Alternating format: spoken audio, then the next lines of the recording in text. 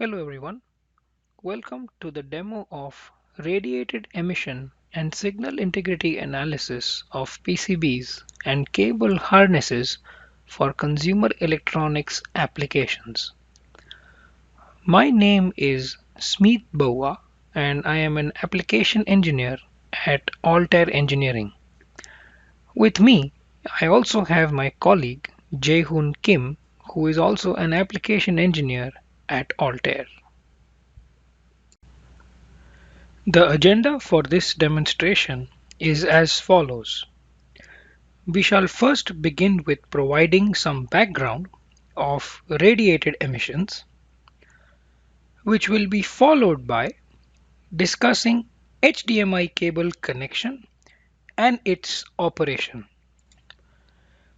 We shall then see a very high-level overview of the workflow to compute radiated emissions using Altair's EM solutions.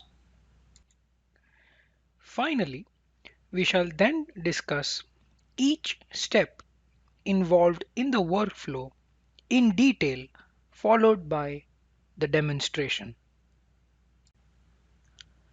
Let's first begin with the background of radiated emissions. Almost all consumer electronic devices use printed circuit boards to assemble various circuit elements. The circuits process many types of signals that may include both audio and video. Many external peripherals are also connected to such printed circuit boards using various types of cables. While functioning, the electronic devices or a cable may generate electromagnetic fields that unintentionally propagate away from the device and disrupt the normal functionality of any other device present in the vicinity. This unintentional release of the electromagnetic energy can be termed as radiated emissions. For demonstration purpose, we take an example of a HDMI cable that carries data from a printed circuit board that has a HDMI signal generator on it to a display or a monitor that will have another printed circuit board to process the data and display the right content. In this process, the HDMI cable can act as an EMI source and radiate unwanted electromagnetic energy that can interfere with other devices in the environment. In this example, we talk about HDMI version 1. The Type A connector has 19 pins that connect 3 data lanes and 1 clock lane for data transmission.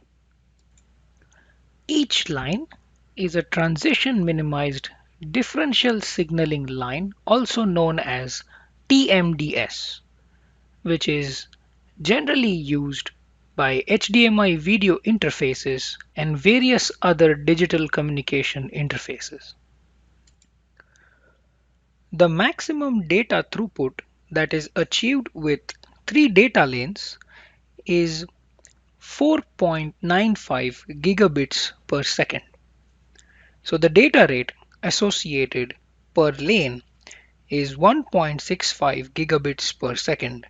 That corresponds to 825 megahertz as the fundamental frequency. The clock frequency is 165 megahertz as shown on the slide. The source PCB consists of an MCU that processes and generates signals for each data line and a clock signal. These signals can radiate unintentionally and act as a source of electromagnetic interference. In this demonstration, we shall show how to calculate radiated emissions from such a HDMI cable using Altair's electromagnetic simulation platform. The workflow involves three simple steps as shown on the slide. First, the input impedance in terms of S parameters are computed at the cable ports. In the second step, the S parameters obtained are used in a PCB analyzer to perform signal integrity analysis and obtain a time domain input waveform for the cable port. The third and the final step involves using the input waveform generated by the PCB analyzer to perform time domain analysis to calculate the radiated emissions from the HDMI cable. Let's begin with the first step where we construct a HDMI cable and calculate the input impedance and the S parameter. Before getting into the demonstration of the software, we shall see detailed steps that are involved in doing such a simulation. The steps involve defining cable paths, cable cross section with required materials and shieldings. Once these are defined, users can add cable harnesses, connector pins, and cable instances to set up the simulation. Users can also add various circuit elements, sources, and probes to complete the problem setup. With Altair's 3D electromagnetic simulator Feko, users can construct various types of cables. Users can define a non-conducting element, a single conductor, a ribbon, or a twisted pair. Users can also define coaxial cables. Feko comes with many predefined coaxial cables that can be used directly. Any type of cross-section can be modeled in Feko as it supports creating a cable bundle of arbitrary cross-sections.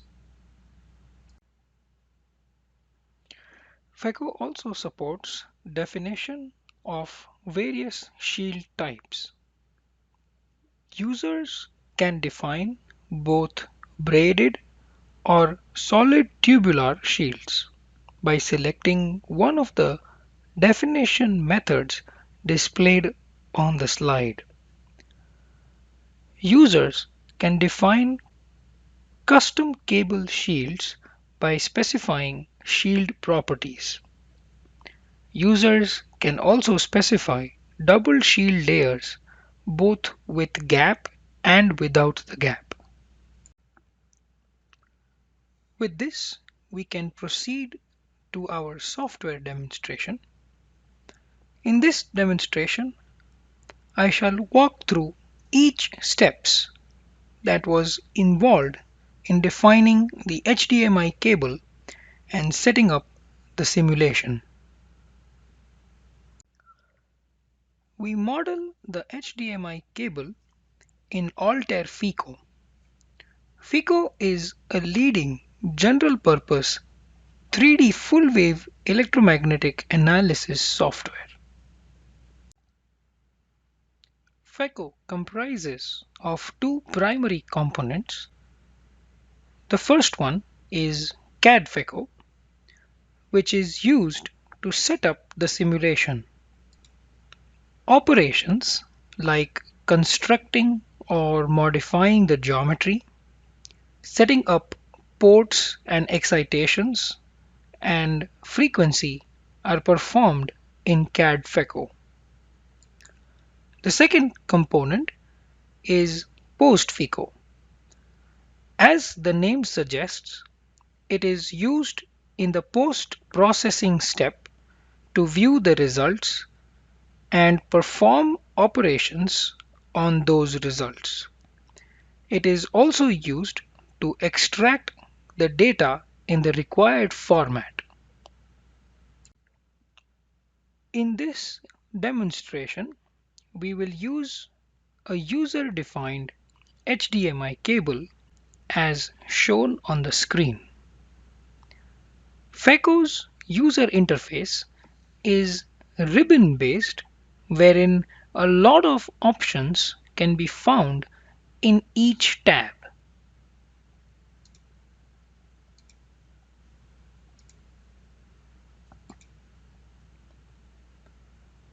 The Cable tab has all the options to define cable types, shields, cable harness, connectors, cable instance, and cable probes. To begin with, we first define the materials, that is the dielectrics and the metals that will be used in our model. Once defined, they appear in the media section in the construction tab as shown.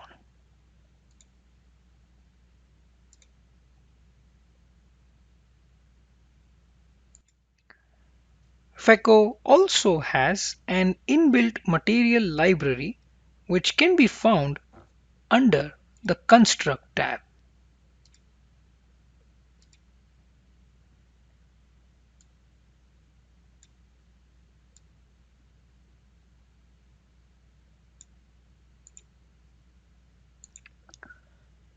Next, we define some named points with different coordinate values that will represent the corner points of our cable path.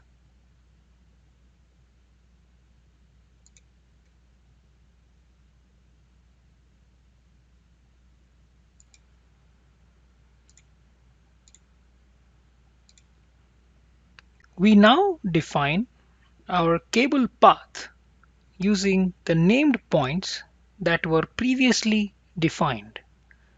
The option can be found in the Cables tab.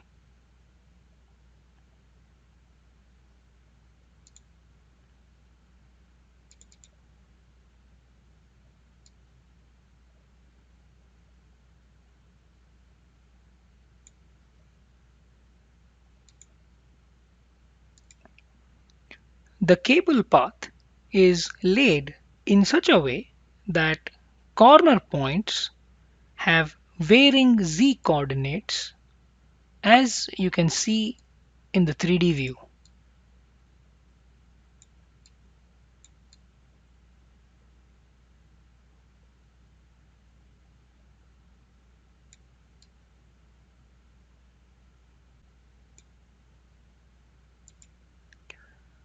Using the geometry construction operation to create surfaces, we create two square plates at the ends of the cable path that represent the ground plane of the two printed circuit boards.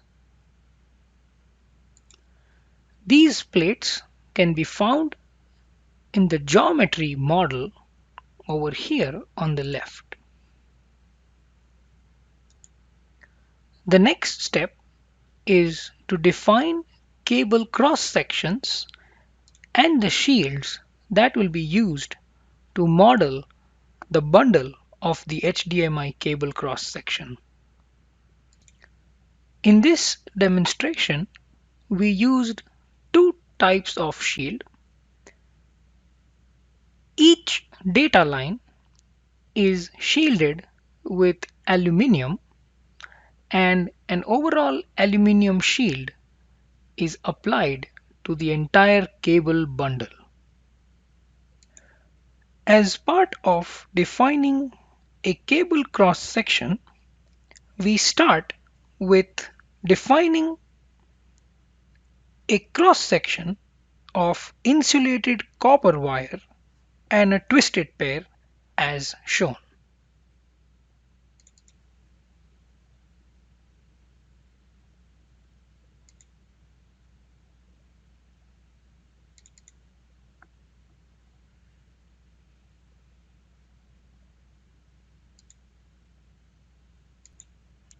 We also define a copper wire which will be used to represent the drain alongside the twisted pair.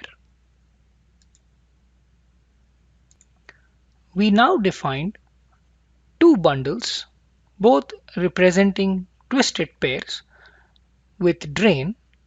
One of them is shielded, which will be used as a data line, and the other one for other purposes.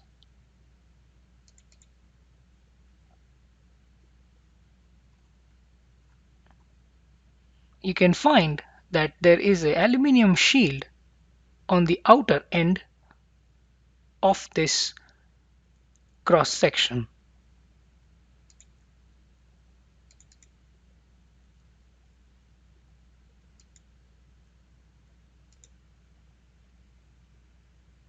The two cable shields are defined so that they can be used with individual cross sections. Both these cable shields are solid tubular.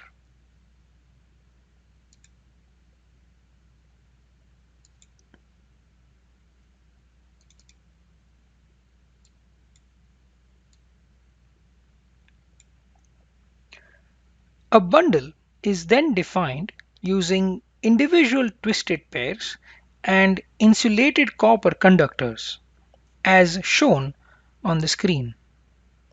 Once again, please note that the twisted pairs that represent TMDS channels and clock are provided extra shielding. Appropriate shielding is also provided to the entire bundle.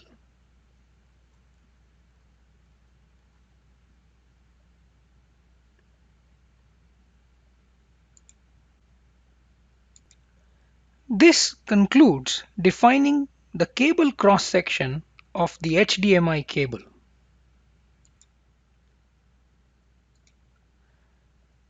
In the next step, we add a cable harness and assign the defined tube cross section to the appropriate cable path.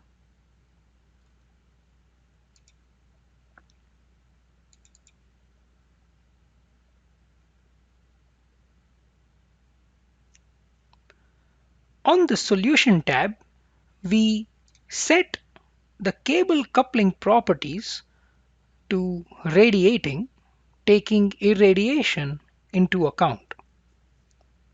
We also select method of moments as our solver.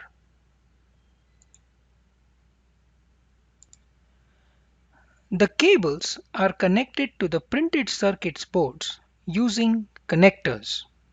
So in the next step, we define connectors each at the start and the end of the HDMI cable. We use the cable connector option to define pins on each connector. Each pin is assigned a specific name which will be used when specifying the signal connection in a cable instance.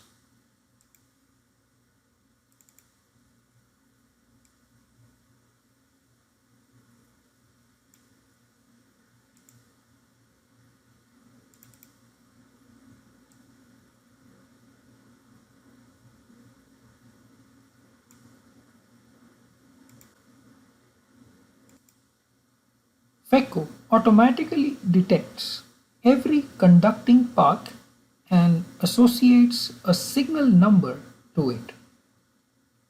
A cable instance is defined where cable type, source, and the destination terminal of the connectors can be specified.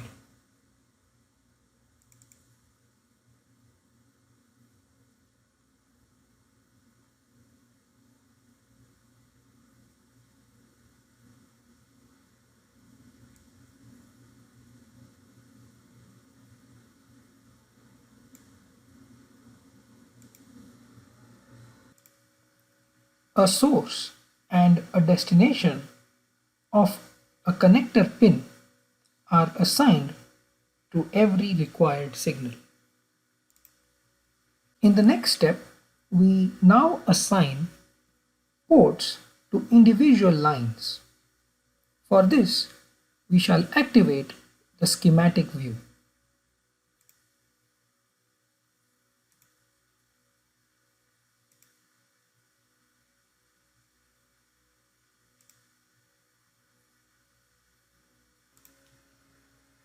In the schematic view, we find both the connectors with pin names and the HDMI cable connected between them. The Cable Schematic tab offers various circuit elements that can be added.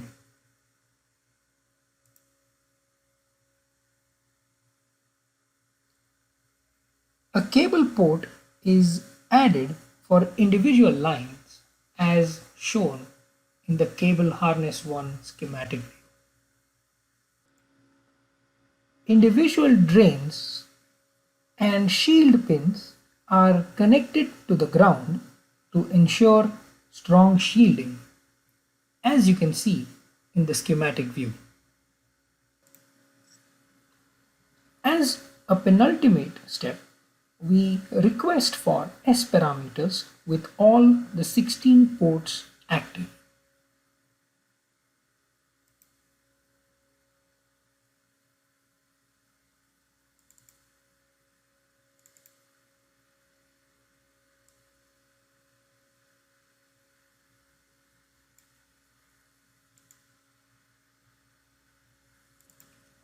For this demonstration, the problem is solved for a bandwidth of 1 MHz to 5 GHz with a frequency increment of almost 10 MHz as shown on the screen.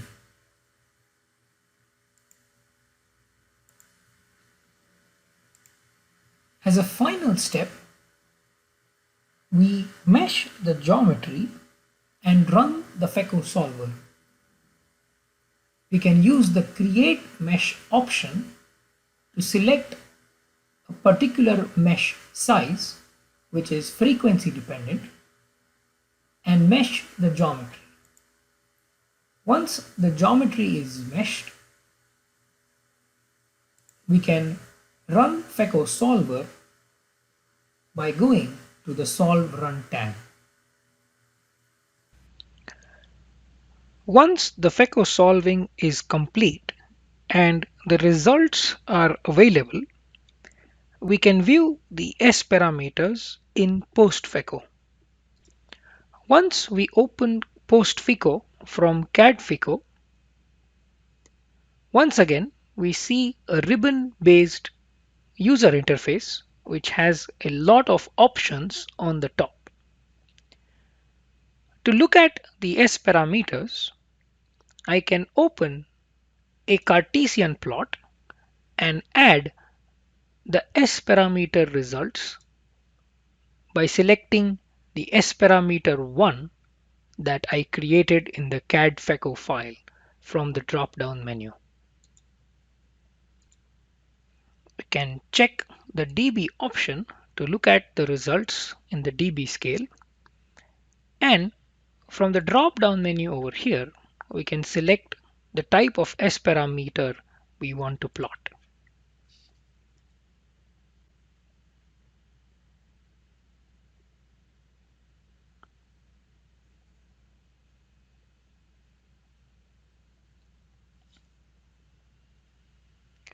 The S16P files can be exported as a touchstone file and fed to Pollex for signal integrity analysis. This can be done by going to the Export option and selecting the touchstone.snp file that exports the S parameter entities. For demonstration purpose, we shall use only one differential line for simulations. In the network schematic view, we see that only one single differential line is active to keep the problem simple. We shall now proceed to the second step that will be covered by my colleague, Dr. Jaehoon Kim. Hello everyone, my name is Jaehoon Kim. I am an application engineer from Altair Engineering.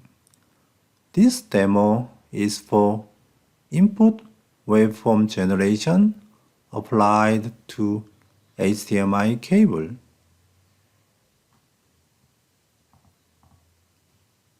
In the previous demo, you already know how to calculate input impedance at the cable by using Altair 3D simulator Feko. This demo is focusing on how to obtain input waveform at the cable port by using Altair PCB analyzer Pollex. Let me quickly introduce what is Pollex. Pollex is a PCB analysis and verification tool. You can import your ECAD design data into Pollex. After that, you can verify your PCB design in terms of design for manufacturing, design for electric performance, and design for assembly. Additionally, you can analyze your PCB design in terms of signal integrity, power integrity, and thermal properties.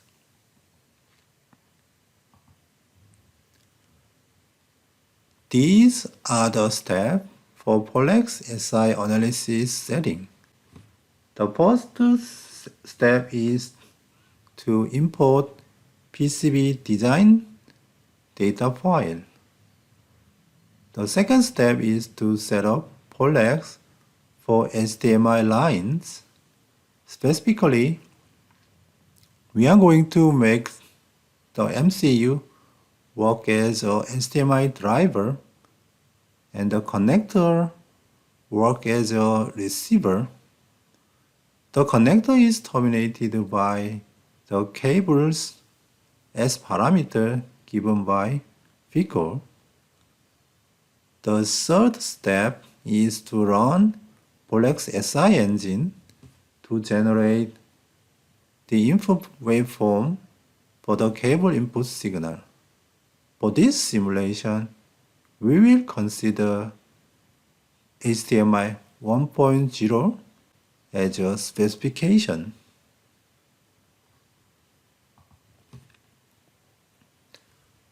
To import the HDMI design PCB file, we will open Pollex first. After opening the Pollex file, we are going to show which design parts are related to a HDMI operation by exploring HDMI connectors, components, and HDMI nets. As a TXIC, NXP4330 is applied as a MCU, and the HDMI connector is used as a HDMI RX in the PCB design. In addition, As you already know, for the HDMI data transmission, 3 differential data nets and 1 differential clock net are located.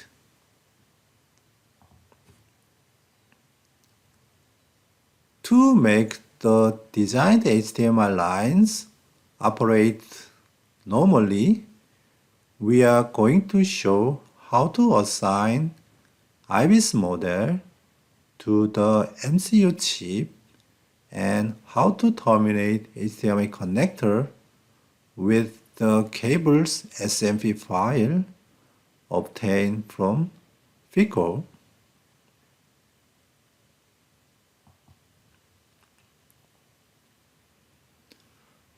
The final step for this demo is to generate cable's input waveform.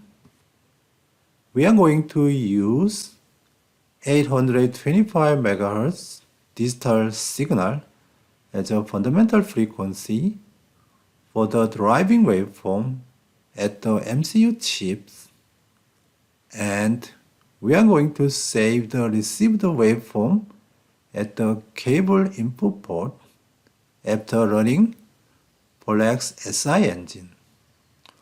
All the signal waveform is recorded in a time domain.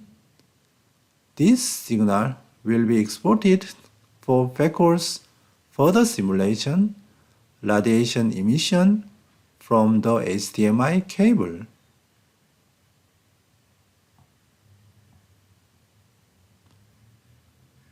Now, I'm going to show you how to use Pollex for HDMI input signal generation.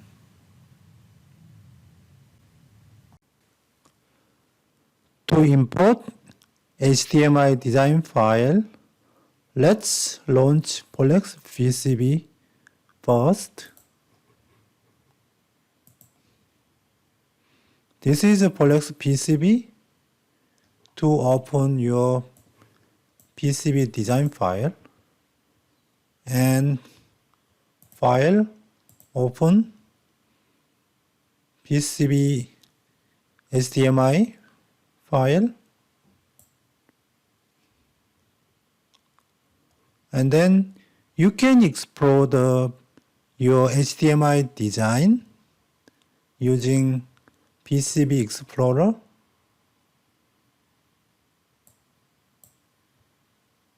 Net, search for HDMI,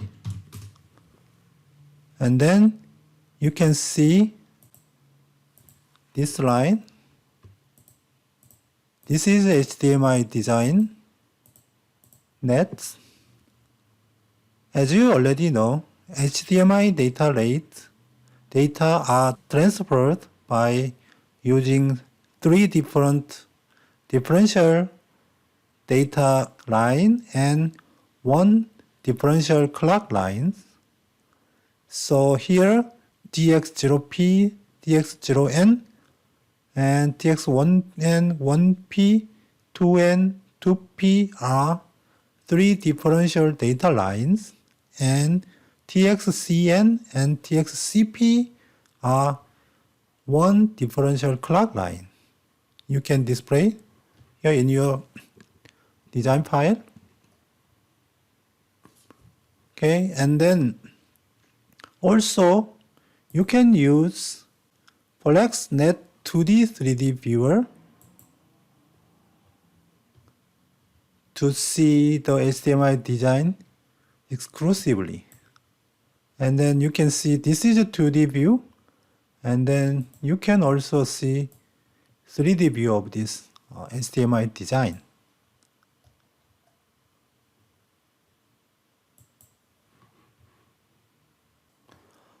Next step is to set up for HDMI line. To make the HDMI lines work properly, we are going to assign IBIS model to the MCU device NXP4330. As you can see here, Net2D 3D viewer, So HDMI signal is transmitted from this MCU NXP4330 to the HDMI connector.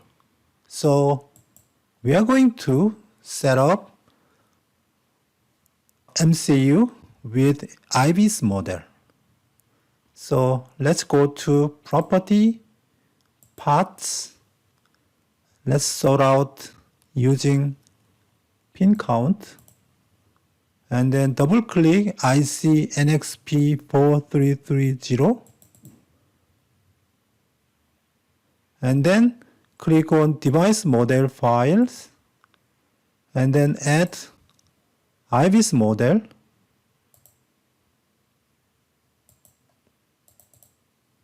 For NXP4330. Okay.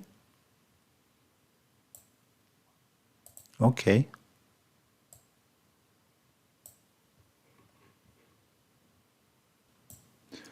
By including IBIS model to the MCU device electric properties are assigned automatically. Next step is to define net type by using net information given in the previous IBIS model for the MCU NXP4330 in order to make HDMI line operate properly. Let's go to Property and Nets, and then let's first search for HDMI.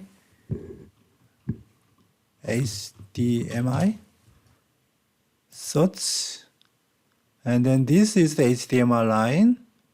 As I said before, we have 3 data lines and 1 clock line. And then just click on Assign Net Type.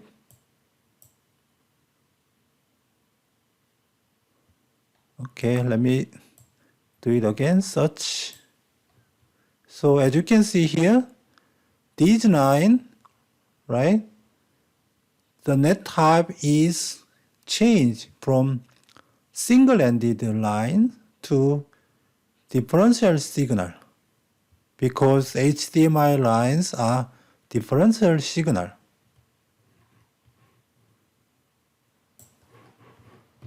In this window, you can also see this differential signal is paired with this line.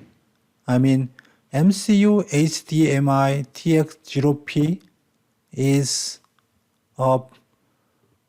combined with MCU HDMI TX0N to make a differential net.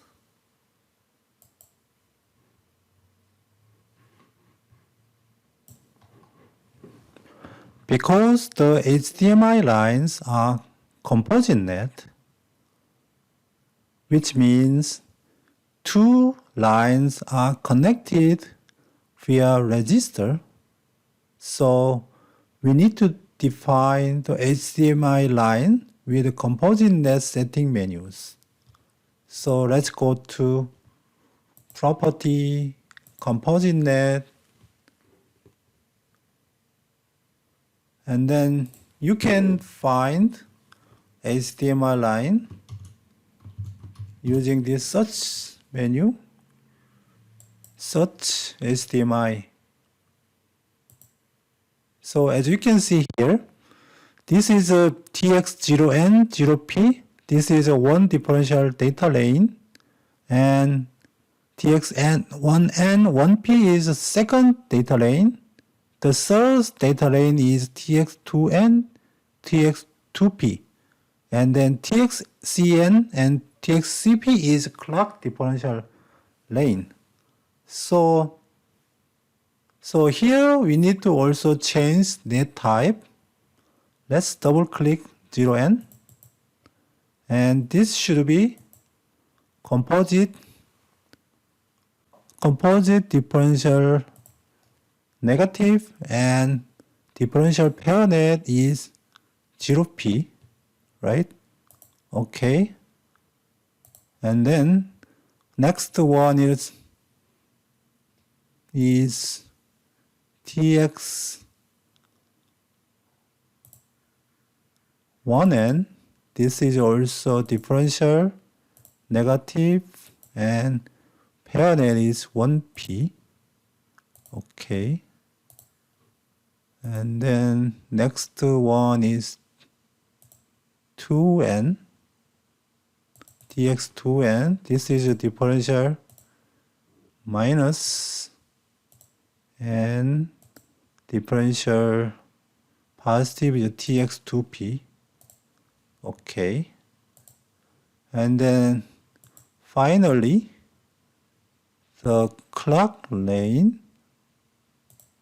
This is clock lane. This is also differential minus and this is pair net. Okay. Next step is to use Pollex SI engine to generate input waveform for the HDMI cable input port. So let's go to Analysis, Signal Integrity, Net Topology Analysis, select Net for Analysis. Then you can open Pollex Net Analyzer and then let's try to find HDMI net. Search. And then here TX0N and then the pair net is TX0P, right? 0N. So that's why I select TX0P and click on Analyze.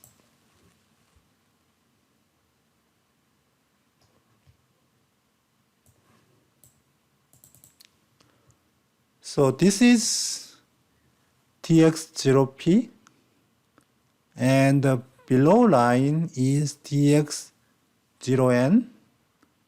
This data line is derived from here. This is a MCU pin. This is a connector pin. Okay, and then signal is going from here to here. And so this is the HDMI line. One thing I like to let you know is I'm going to delete this connector pin to terminate this line with SMP file obtained from Feko. In other words, we are going to modify this line to apply cable's S parameter to consider the effect of the HDMI cable. Let's delete two receiver connector port CN17 and CN19, and then let's add this is connector part.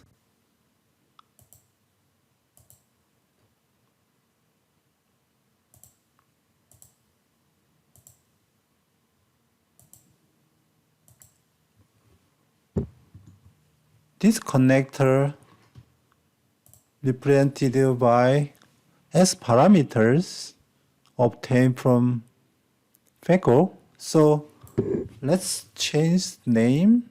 This is a HDMI cable, and then it can be represented by S parameter from Feko cable HDMI S4P file. Okay, input port is 1, output is 3. Apply, and then this is also pairnet HDMI cable, and model type is S parameter. Model is cable HDMI S4P file, and input port is 2, output port is 4, and apply.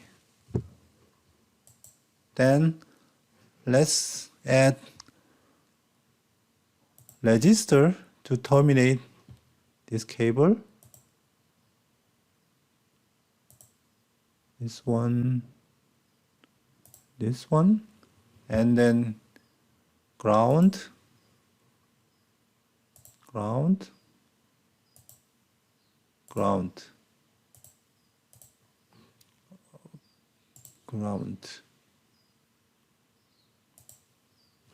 Okay, and then we are going to generate the input or waveform at this point. So that's why we need to put probe here and here.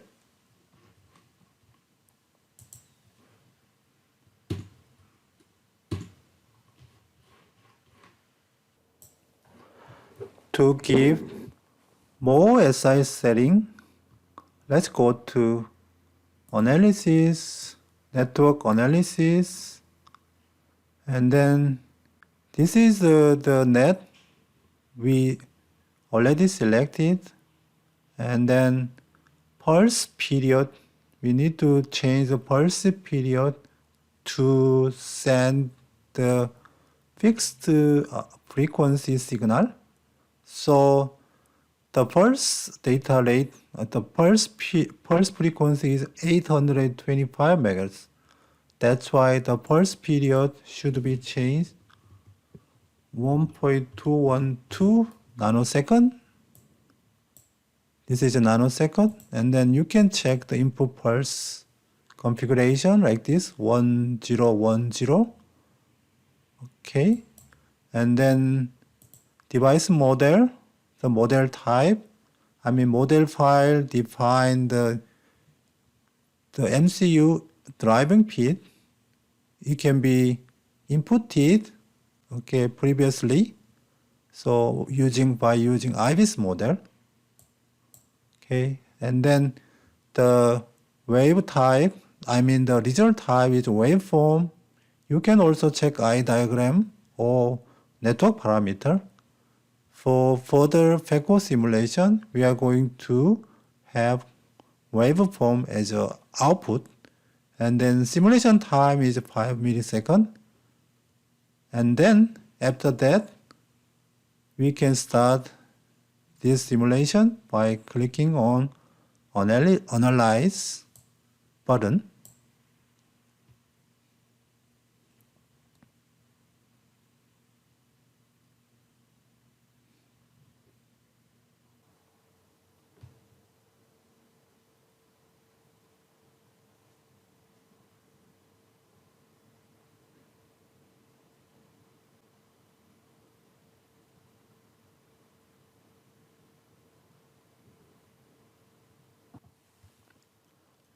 After the SI simulation ends, you can check the MCU driving output waveform as well as the HDMI cable's receiving waveform.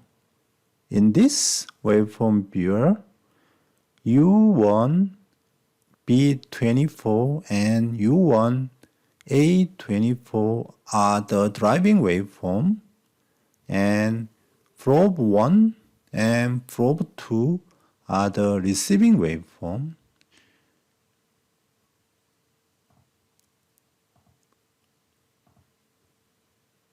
This is a driving waveform. These are differential signal. and also these are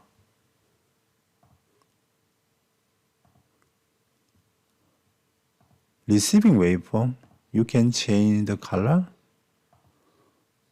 also like this.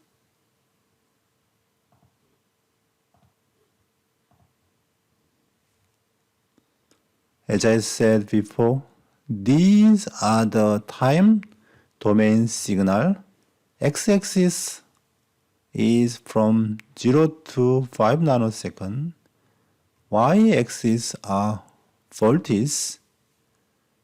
The receiving waveform will be saved as an Excel file for Feko's further simulations.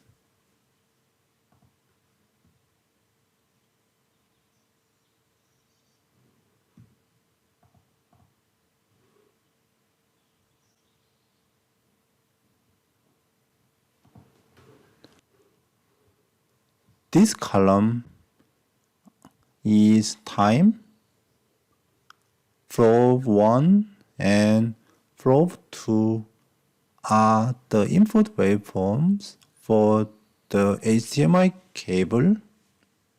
You can click on Export to Excel to save the result.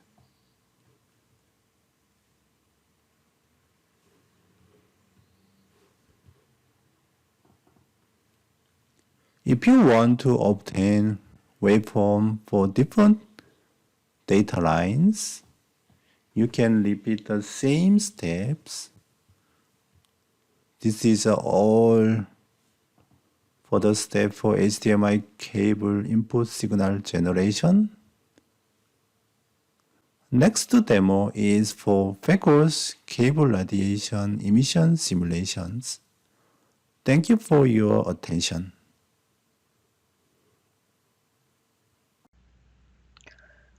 Once we have the input waveform from Pollex, we can proceed to the third and the final step of the workflow.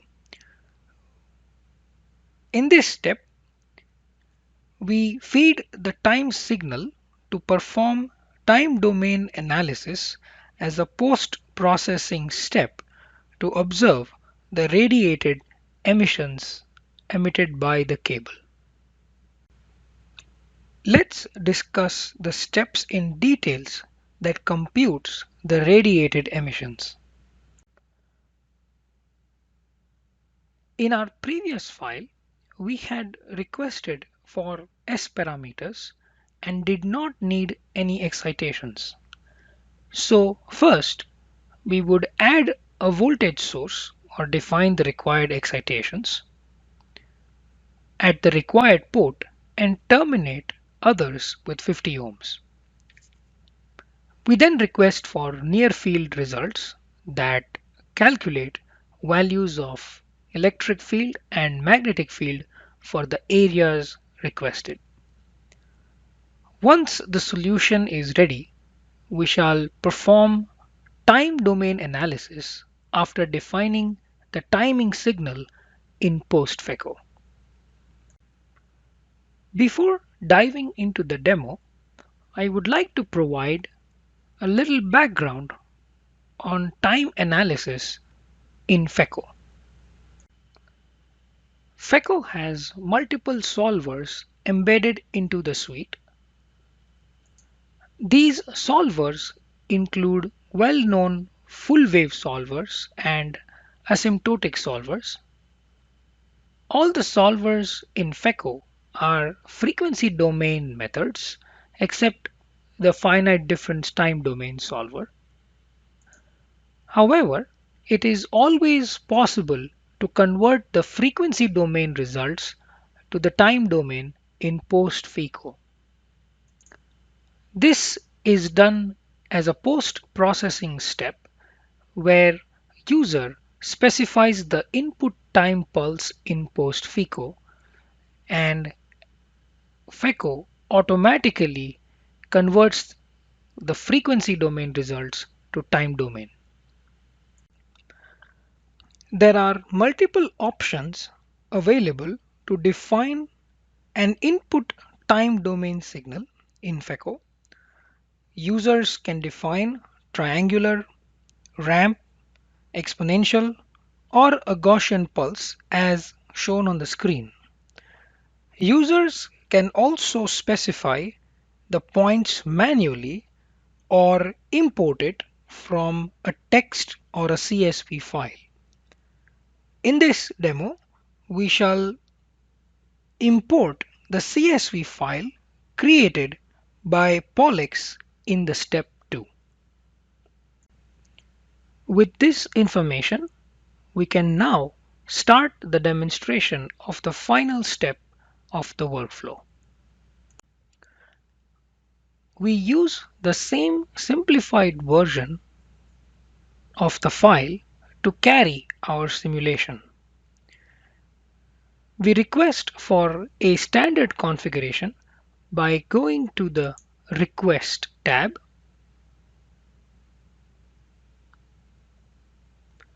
We also define a voltage source on the required port of the TMDS channel and terminate all the other ports with 50 ohm loads.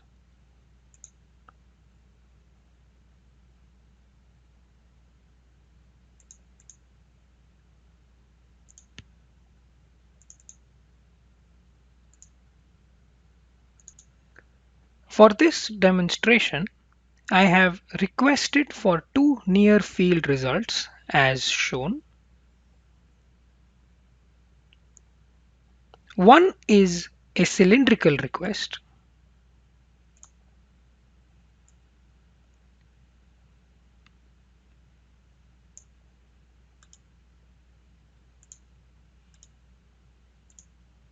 and the other is a Cartesian box that covers the entire geometry.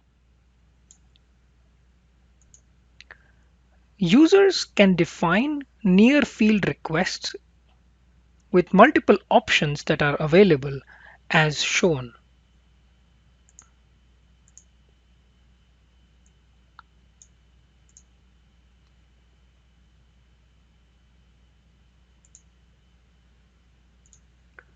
Once the problem is set up, we can run the Feko solver to compute the results, and then we go to post Feko to do the time domain analysis.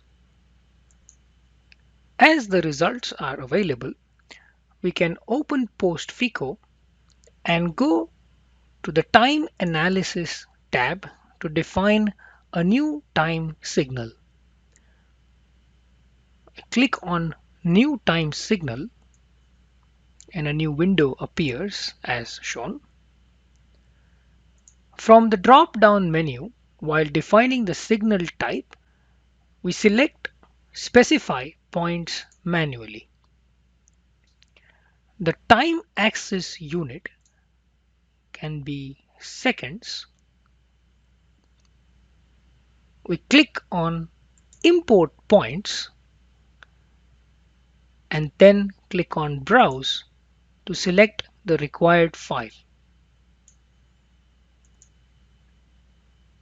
Pollex exports the required points in a CSV file. We select that file from the location and click on Open.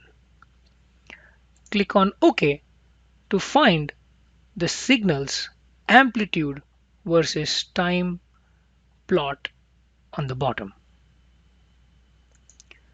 Users can also look at the spectrum preview and check for the magnitude in the normalized form to locate the harmonics. Once this is done, we can click on Create. As the new time signal is defined, you see that the near field results for both the requests are now available. I will first click on the cylindrical region and add the results to the 3D view. The value of the time can be changed from the drop-down menu available on the right. We can also create an animation by going to the Animate tab,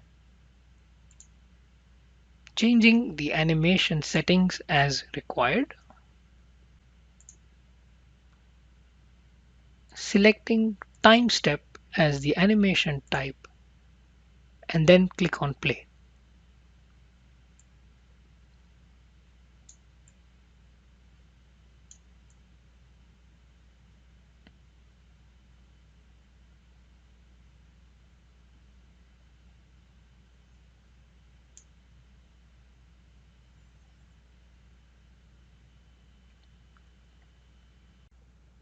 By following similar steps, we can observe the results for the second near field request. With this, we are at the end of our demonstration. Thank you very much for attending this demonstration. For more details, questions, or other multiphysics workflows and webinars, or solving any engineering problems, please reach out to us by visiting our website using the link mentioned on the slide. Thank you.